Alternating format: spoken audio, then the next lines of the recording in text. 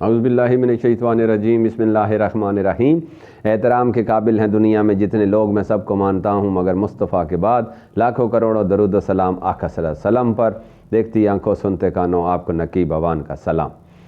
ہوا کچھ اس طرح کہ مجھے کچھ لوگوں نے کالز کیں اور دوستوں نے رابطہ بھی کیا کہ آپ جو ہیں، اور انڈیا سے بھی ایک دو کالز مجھے آئیں کہ آپ جی وہ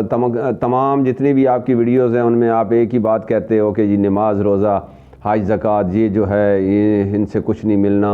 اور آپ جو ہے وہ دوسری حدیث کی طرف جاؤ تو اس کا مطلب یہ ہے کہ آپ خود نمازیں نہیں پڑھتے ہوگے، آپ خود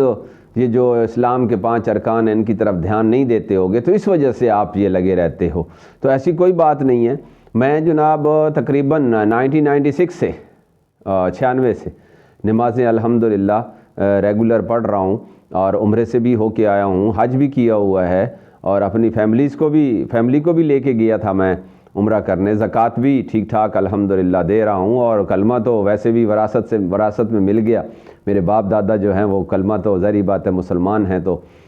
وہ تو ضروری ہے۔ لیکن بات یہ ہے کہ اصل جو پوائنٹ ہے، نقطہ ہے، وہ آپ نہیں سمجھ پا رہے۔ اصل نقطہ یہ ہے کہ مسلمان حکمران ہے، مسلمان حکمرانی کے لیے پیدا ہوا ہے، وہ غلامی کے لیے نہیں پیدا ہوا۔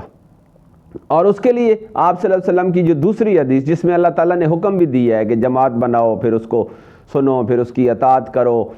ہجرت کرو، اور جو دوسرا ہے اپنا جہاد کرو، اس کو اہمیت دی ہی نہیں گئی، اس کو بار بار لوگوں کے سامنے پیش ہی نہیں کیا گیا۔ اور اس کی وجہ یہ ہے، اسی وجہ سے آپ لوگ معصوم بن کے رہ گئے ہو۔ آپ کو کہا گیا ہے کہ معاف کر دو،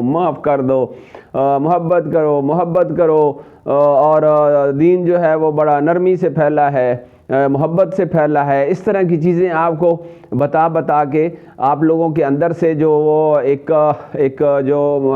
مسلمان کی جو طاقت ہے، جو پاور ہے، وہ نکالنے کی کوشش کی گئی ہے، اور اس کے لیے کافی سارے لوگوں نے کام کیا۔ اب ان کا میں نام نہیں لینا چاہتا، کیونکہ فرقہ واریت میرا جو ہے وہ میں نے کبھی بھی اس طرف دھیان نہیں دیا، کیونکہ فرقہ واریت جو ہے وہ ہمارے لیے ایک بہت بڑی لعنت بن کے ہمارے اندر آ چکی ہے، اور فتنہ بن کے ہمارے اندر آ چکی ہے، اور ہم اسی کی وجہ سے ہم آج اتنے مغلوب ہو گئے ہیں کہ ہر بندہ ہمارے اوپر غالب ہے۔ تو کیوں میں ایسا کہتا ہوں؟ میں اس لیے کہتا ہوں کہ دیکھو، اللہ کی حاکمیت سب سے بڑی عبادت، اللہ کی حاکمیت سب سے بڑی عبادت، اللہ کی حاکمیت قائم کرنا اس دنیا میں۔ اسی وجہ سے ہمیں اللہ تعالیٰ نے یہ جو آپ صلی اللہ علیہ وسلم کو، چونکہ پرانے زمانے کے جو دستور تھے، جو تھے سسٹم، نظام تھا، جو حاکمیت تھی، وہ آہستہ آہستہ کم ہوتی تقریباً ختم ہو چکی تھی۔ تو اللہ تعالیٰ نے آپ صلی اللہ علیہ وسلم کو یہاں بھیجا ہمارے لیے، تاکہ اللہ کا دین جو ہے، ایک اللہ کے رولز اینڈ ریگولیشن جو ہیں وہ اس پر قائم کیے جائیں۔ اور وہ قائم نہ ہونے کی وجہ سے آج آپ خود دیکھ رہے ہو کہ ہمارے حکمران جو ہیں، ایک تو ہمارے 57 ملکوں کے حکمران، 57 ممالک ہیں، مسلم ممالک ہیں، وہ جو ہیں خاص طور پہ پاکستان کبھی جناب IMF کے در پہ جا رہا ہے، کبھی ورلڈ بینک کے در پہ جا رہا ہے، کبھی امریکہ کا دروازہ کھٹکھٹا رہا ہے، کبھی رشیا کا، کبھی فرانس کا، کبھی چائنا کے دروازے در بدر کے دھکے کھا رہے ہو، در بدر کی ٹھوکریں کھا رہے ہو۔ اور اگر آپ لوگ ایک ہی در پہ آ جاؤ آقا صلی اللہ علیہ وسلم کے در پر،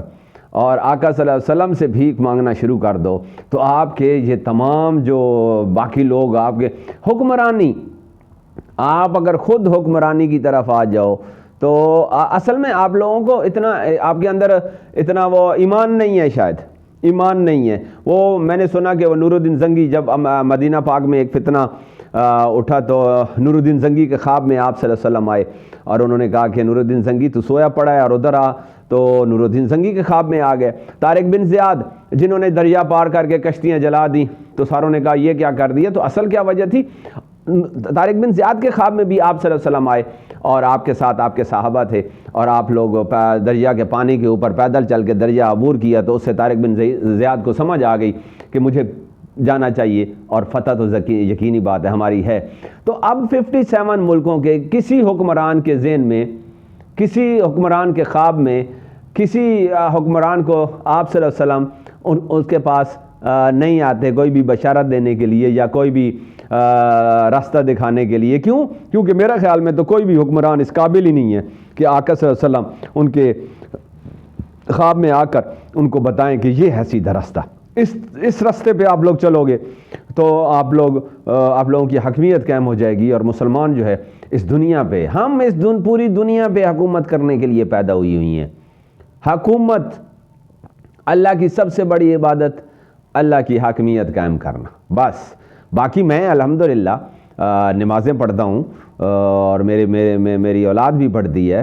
میرے گھر میں ایک دینی ماحول ہے جس وجہ سے ہم لوگ یہ مت سمجھے کہ ہم لوگ جو ہے نماز روزہ حج زکوٰۃ کی طرف دھیان ہے, وہ ہے, لیکن اس کے ساتھ اللہ کے دین کو قائم کرنے کے لیے کوشش کرنا ہمارے ذمے آئے, ہمارے ذمہ کوشش کرنا ہے بس. باقی اللہ کا کام ہے, ہم کوشش تو کریں نا, لیکن ہمیں آہستہ آہستہ عجیب ہی ایک صورتحال ہے جو ہر وقت میرے ذہن میں چھائی رہتی ہے, اس طرف ہم جاتے رہتے ہیں. اسی وجہ سے میں آپ لوگوں کو اکثر کہتا ہوں کہ بھائی جان کام کرو, دین کا کام کرو, دین کا کام کرو بس. بہت بہت شکریہ. اللہ حافظ.